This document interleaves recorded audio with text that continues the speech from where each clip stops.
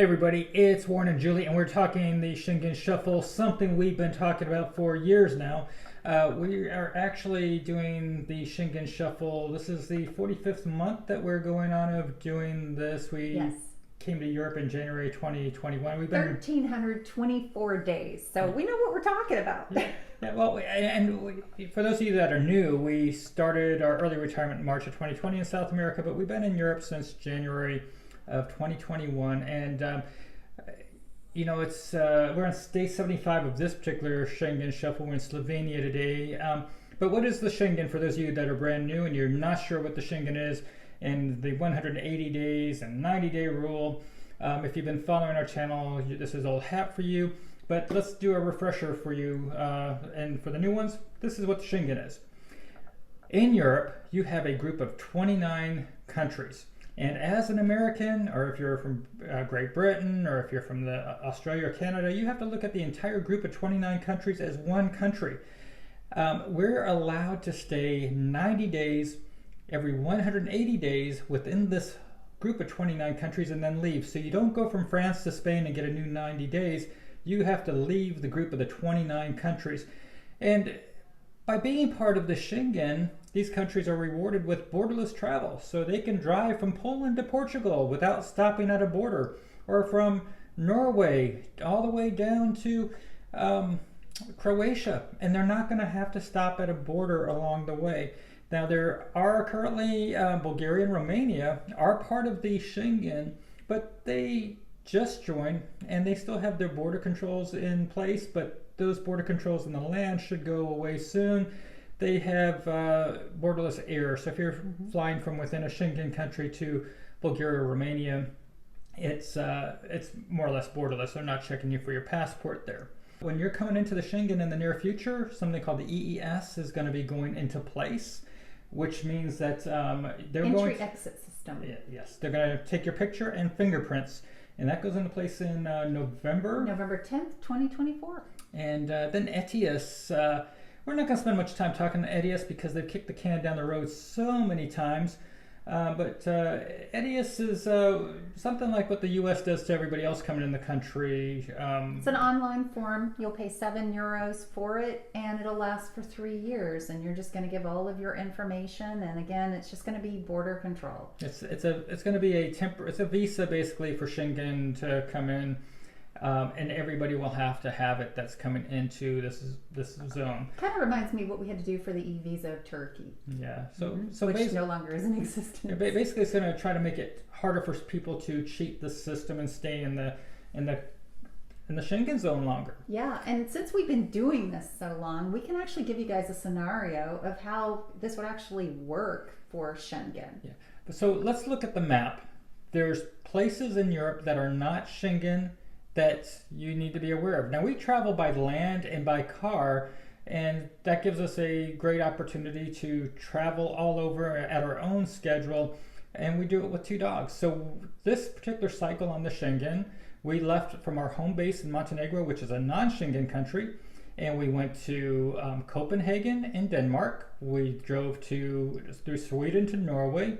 We spent, after 3 weeks in Copenhagen, a few days in Norway, we went to Germany for a month, and then we went over to Normandy and Brittany, France for a couple weeks, stopping in Strasbourg, and now we're in Slovenia for a month, and we'll be heading back down to our home base in Montenegro. So we're spending the 90 days inside the Schengen. We're on day 75 now, and we will be going to a non-Schengen country. So you have countries like Bosnia, Montenegro, Serbia, Kosovo, and I don't care if you call it a country or not, because we always get people saying it's not a country or it is a country, whatever. Albania and North Macedonia, and then also you have Turkey. You did have Ukraine, and you do still have Ukraine. It's just not the right time. Yes, and there was a time when Belarus would be a place people would go, and obviously you don't do that right now either.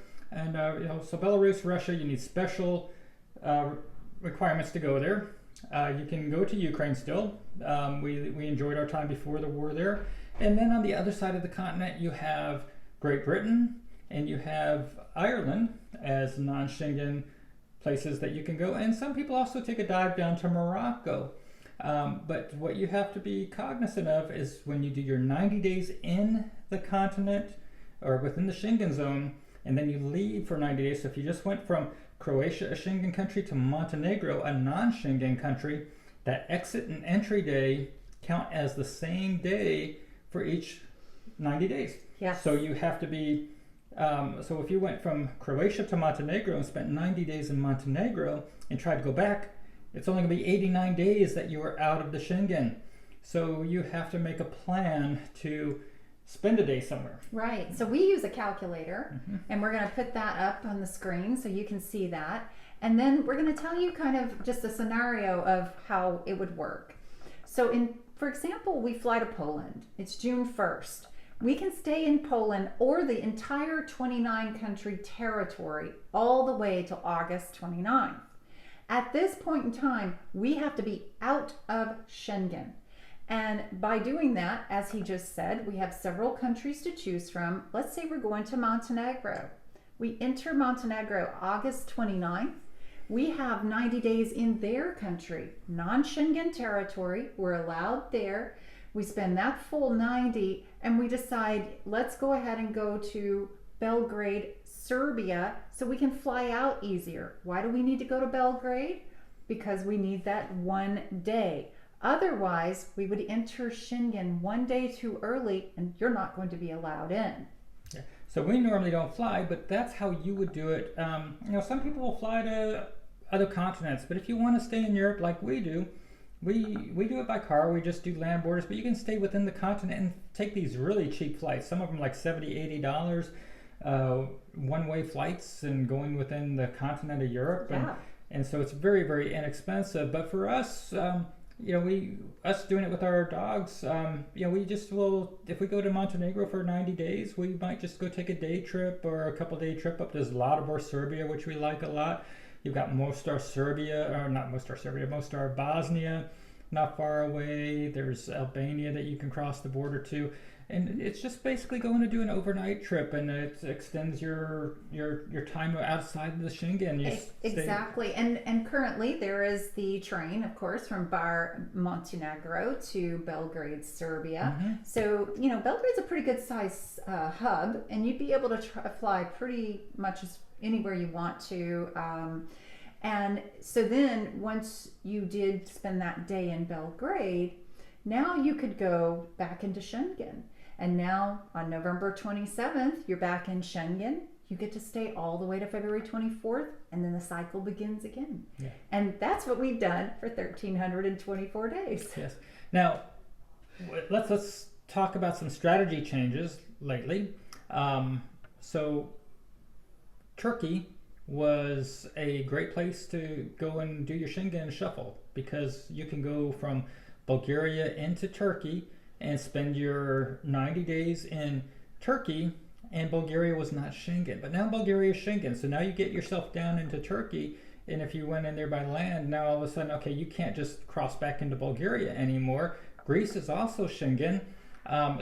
So what do? You've got a couple outlets here.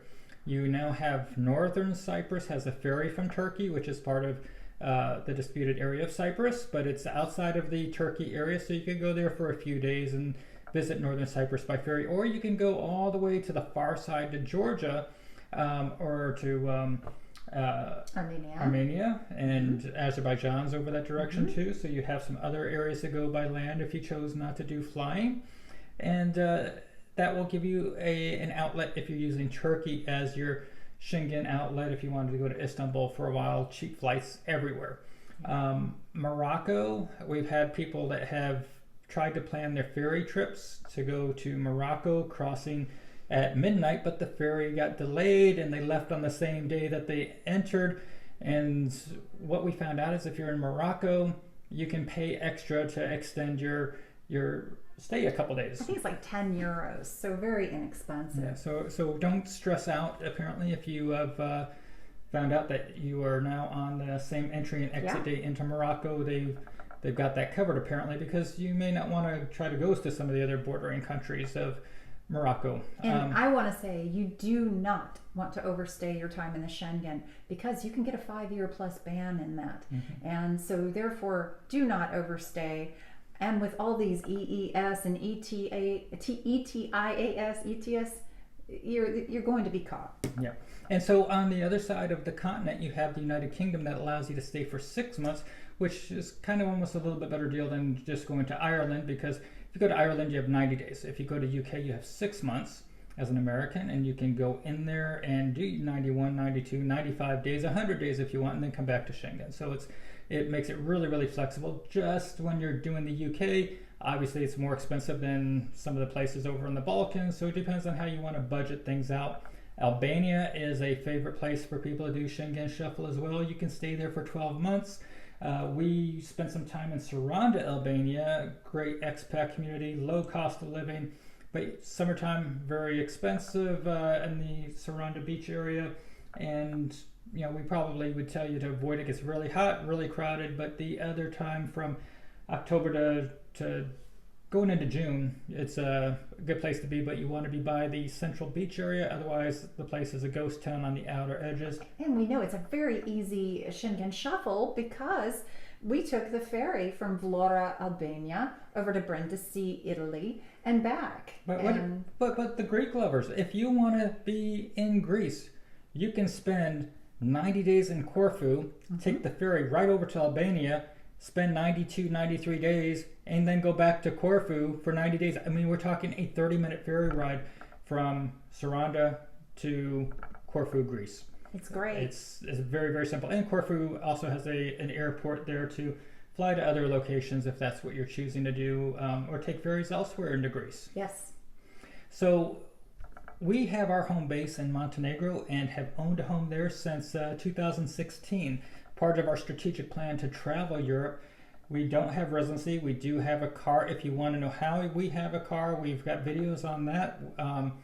There's a solution through Bulgaria. There's a solution through Germany and also through France. Different hurdles that have to be jumped through. But you can check out our video library or send us an email at warrenjulietravel@gmail.com, and we'll be able to give you more information on those opportunities. And if the Schengen Shuffle's a little bit too much for you, but you say, I really want to live in Europe, we have some options through our residency programs that we have shown, and we'll go ahead and link those in the video description as well. We've got a lot of videos on residency programs from France and Bulgaria, Romania, Montenegro, Serbia, so all over the place, and I can't even think of them all. Our home base of Montenegro, there are rumors about, hey, Montenegro is going to be going Schengen next year. Isn't Montenegro going to not be Schengen? I want to stop these rumors right away. First off, Montenegro is slated to go into the European Union in 2028, and not any sooner. And the EU is different than the Schengen. So you have parts of the Schengen have countries that are not EU. You have Switzerland and Norway. They're not EU, but they are in the Schengen. You have Cyprus, which is EU, but not in the Schengen. You had Bulgaria and Romania had been in the EU since 2007 and just became Schengen 17 years later. Croatia became EU in 2013, and then they joined the Schengen in 2023. All of the countries of Schengen have to approve a new member, and that's a long process of being able to show border security and all kinds of other things to fight corruption and black market stuff and all these things.